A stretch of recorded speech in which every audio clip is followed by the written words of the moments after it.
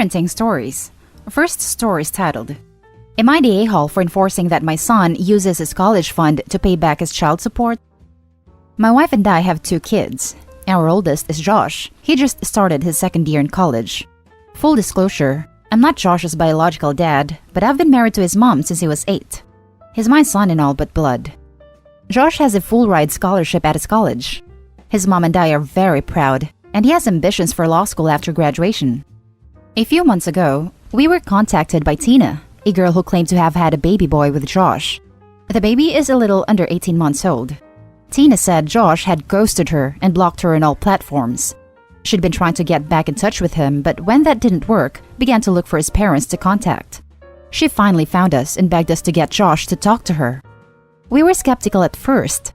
He said he knew the girl but denied the baby. We insisted on a paternity test, 2 of them, and they were positive. Tina has gone through the courts and now is pushing for back child support for the baby. Josh is panicking. He doesn't have much income or savings other than a college fund his mom and I have been paying into. He wanted to use that money for his first apartment and for law school. My wife wants to help him pay. The payments aren't much now, and we could afford to, but I'm against it. We, wife and I, agreed that our kids would be responsible for themselves once they moved out. We'd help them if they needed it, but only if it was reasonable. To me, paying his child support for a baby he tried to abandon is unreasonable. He has the money in his fund, he just doesn't want to use it. Josh is afraid of not being able to afford law school without big loans in the future. And to that I say tough. Should have thought of that before bringing a child into the world.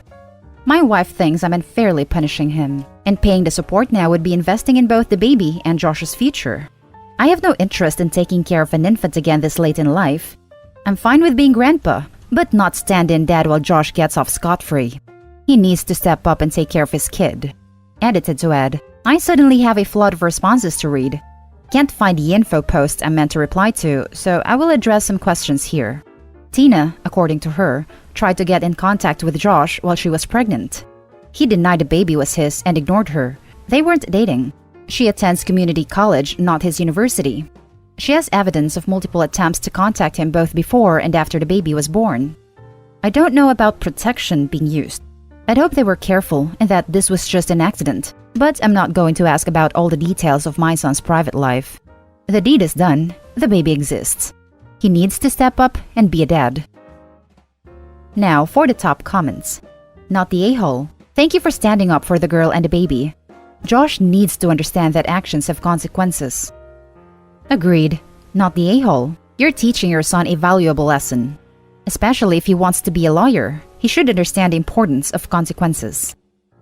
Not the a-hole. He has the money in his fund. He just doesn't want to use it. Should have thought of that before bringing a child into the world. I agree. Law school would be great, but he doesn't have that luxury. If he's still able to get a college degree and also has money to support a child, he's doing well enough. And how many mothers have had to give up dreams of law school to look after a baby? Also, do we really want the kind of immoral lawyers who would abandon their own child? Who am I kidding? Not the a-hole, and I agree with you in every point. Josh not only created this mess, but he made it worse by actively avoiding Tina and forcing her to get you/your wife/the course involved. If you and your wife pay his child support for him just so his future stays pristine, then you are enabling his recklessness. I mean, what about Tina's future and the plans she had that have now been put aside because she became a mom? She doesn't get to continue her life as though nothing has changed, and neither should Josh. If your wife wants to help in some way, she can go shopping for her grandchild, maybe buy some clothes or toys or other things that would help Tina out. But the actual child support is Josh's responsibility to figure out. And if that means he takes the money out of his college fund and/or gets a job to meet his obligations, then so be it. Now for the next story. Am I the a-hole for trying to force my stepson to move out of his bedroom so my daughter can move in? I have a daughter and a stepson who I will call Carly and Kyle. Carly 15 and Kyle 18. They have never been particularly close. Kyle tends to avoid me and Carly like the plague. He hasn't bothered ever trying to build a relationship with us. I have been with Kyle's dad since the kids were 10 and 13. Due to some personal troubles, which I'll not go into detail about, Kyle stays with his dad, though his mother will visit fairly regularly, and they're in constant contact. She, of course, believes me to be the a-hole in this situation. Kyle has stayed in the attic since I knew him. His parents had the attic converted into a proper bedroom for him when he was around 9 or 10. It is an absolutely stunning room. Plenty of space, nice furniture, and it is currently inhabited by several dressmaking dummies as he is studying fashion at university. Lately, Carly has asked me if she can stay with me full-time. She and her dad are just not getting on, and she'd prefer living with me. Her dad is absolutely fine with this, as he was never really good with her in the first place. This means that the majority of Carly's things will be at our place. She has a lot more things than Kyle, and would most likely need more space. That's why I thought it'd be a better idea to have Kyle move into Carly's slightly smaller bedroom downstairs, and Carly can move into the attic bedroom. I even offered to pay for whatever Kyle wants for his new bedroom, regarding wallpaper, paint, posters, etc., as I know it is a bit of a change for him. Kyle is not a fan of the idea and has been complaining about how he needs the space to work on his university projects. I told him that he is more than welcome to use the dining room, as we rarely ever use it, and we can clean out one of the storage cupboards to store the dummies in. Kyle's partner is also not a fan of this, though I am almost 100% sure that this is just because in the attic bedroom, they can do what teenagers do without interruption. I think that Kyle is being a bit overdramatic about this, as I'm not kicking him out into the street, just into a smaller bedroom, which I have offered to decorate for him. His father is not completely sold on the idea, but is slowly coming around. He also thinks that Kyle is being a bit dramatic regarding the room situation. Kyle's mother and girlfriend, and of course Kyle himself, all think that I'm being an a-hole. Am I the a-hole? Now for the top comments. You're the a-hole. You can't kick him out because you want your daughter to have his room. You give her what's available. Such a terrible thing you're trying to do. He's also paying rent. Obi replied to my comment below saying so. WTF? If he's paying rent, she's twice the a-hole I thought she was before. You're the a-hole. That has been his room for years. Now you want to favor your own child. This is his space. He needs it for his studies. All of his points are valid. You're playing favorites and wanting to give your daughter the bigger room. Your reasoning makes zero sense. Oh, she has more things, but then go, well, he can store his stuff downstairs. Yeah, so can she. The big, giant, gorgeous room with the lovely furniture. Sounds like Mommy Dearest wants her daughter to have a big princess room Mommy thinks she deserves, and the teenage boy and his partner need to stop being gross teenagers and take the smaller room. The next story is titled, Am I the a-hole for not letting my parents stay with my kids for long periods of time because of my brother? I, 27 female, have a sister, 26 female, and a brother, 15 male, who is autistic. When he was 2, he was diagnosed with autism. From that moment on, he was my parents' absolute priority. Well, I get it now, 14-years-old me did not. It was like I woke up one day and my parents became very different people. Lots of money were spent on various types of therapy, lots of time were dedicated solely to him. Lots of special occasions for me and my sister became second thoughts to my parents. They were not terrible parents, but a lot of things they did before, like having meals with us every night, picking us from school became our nanny's responsibilities, as my parents were focused on my brother. I resented my brother first, and with time, my parents. The one positive thing was me and my sister becoming best friends. I left for college when I was 18, and my sister left for the same college the year after. We lived together the whole time. Neither of us really missed home, because who misses feeling like a second thought? We only went home for the holidays. In the summers, we did car trips and had a blast. When I was 21, I met my now husband. The three of us, me, sis, and him, became super close. After that, he joined our summer trips. We got married 2 years later and had twins the following year.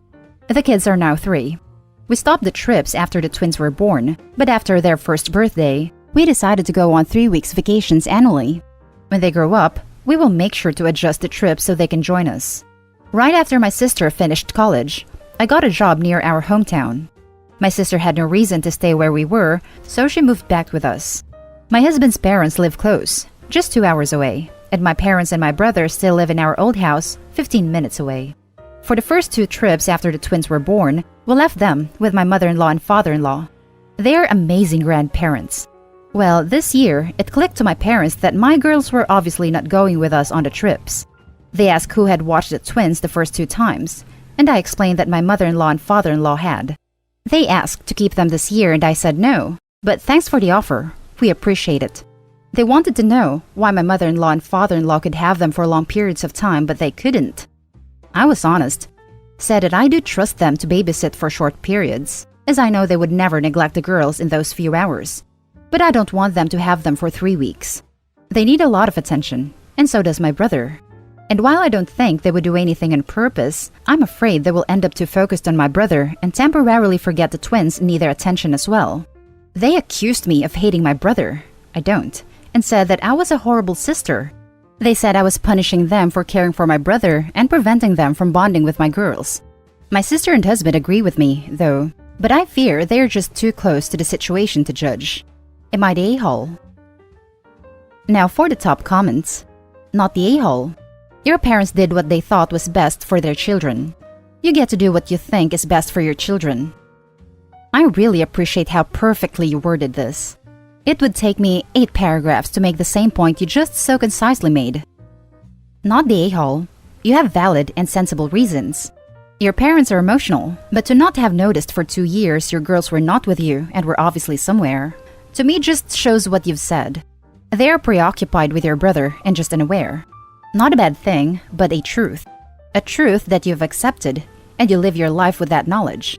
They can visit your girls over the trip time, but I agree it's a huge thing to watch twin toddlers for longer than a day. Lol. God bless your in-laws, and have a safe and awesome trip. Agree, not the a-hole. Also, your in-laws are saints. Looking after the twins for 3 weeks. Info, have you ever had a real conversation with them about your feelings? Are you scared for the well-being of your kids? Or just that they won't receive the level of attention you think one needs for a full childhood? I ask cause 3 weeks ain't going to break your kids, unless it's big ol' abusive. Not the a-hole after reply. We never had a full emotional conversation about how my sister and I felt like second thoughts, no. But they are aware we felt forgotten. I don't think they would abuse the girls, but 2 toddlers are a full-time job. They need a lot of attention, between naps, 5 meals, bathing, playing, changing diapers. They need someone to always be paying attention. My fear is that they will forget a meal or not realize a diaper needs changing or something like that because my brother needed their attention. They wouldn't die, of course, but it makes me anxious. Now for the last story. Am I the a-hole for not apologizing to my dad and stepmom for being a nightmare of a child growing up? My dad married my stepmom 3 months after my parents' divorce, and it doesn't take a genius to figure out how their relationship started. I was 13 then. He fought for 50-50 split custody and won it. I took out all my anger and resentment on their household. I was an actual monster of a child while I was with my dad, but my mom had 0 issues with me. I was also very well behaved in school. But over the years, I've wrecked a lot of stuff around their house and was generally extremely rude to them. I made both my dad and stepmom cry more than a few times. When I was 16, I stopped going over to their house. I mellowed out with them, but I distanced myself from them. I'm now 28 and recently married. I recently met my dad and stepmom at my grandparents' house for an outdoor barbecue. My stepmom overheard me telling my aunt that I love being newlyweds in a new home. She got extremely upset and said I ruined that experience for her. And she said the least I could do was apologize. I basically scoffed and walked away without even acknowledging her. I think my dad and her handled the situation poorly in general and should have been more proactive about dealing with my issues when I was a literal child. Am I the a-hole? Now for the top comments. Not the a-hole. She didn't get the standard newlywed experience because she had an affair with a married man. Of course, you as his child were not going to be open to spending time with a woman who helped to hurt your mother. Exactly this. Opie was also 13 years old, still a child, when acting this way, so blaming him for what he did as a child, even though it was within his right, when you look at how his parents separated, and expecting an apology seems immature and unnecessary. It's kind of incredible how selfish and totally without empathy someone would have to be to say, "Please apologize to me for acting like a child," when you were a child, after I helped to destroy your family as you knew it. Like, if everyone is asking for apologies, I'm pretty sure dad and stepmom owes one to Opie's mom first. I'm surprised by the a-hole votes. If a teen posted saying his dad had cheated and married his mistress directly after the divorce finalized, and expected him to live with the affair partner and behave like nothing was wrong, people would be up in arms about the selfish dad. I'd say not the a-hole for not apologizing. I think you went too far with your behavior since you say you broke things, and that sounds on the violent side. But it doesn't sound like you've actually reconciled with them, just that you were finally able to get the distance you wanted. I'm not going to expect someone to apologize under those circumstances. Not the a-hole. You could hardly be expected to celebrate a marriage built on the wreckage of your parents' marriage. You were 13, your mother was devastated, and your father chose to antagonize you by expecting you to live with this woman half of the time. What exactly did he think would happen? Bed, made, lie. And that's the end of this video, folks. As always, leave a comment and hit like and subscribe. And if you want more of this content, turn your notification on to get updated on the latest videos. And I'll catch you in the next one. Stay safe.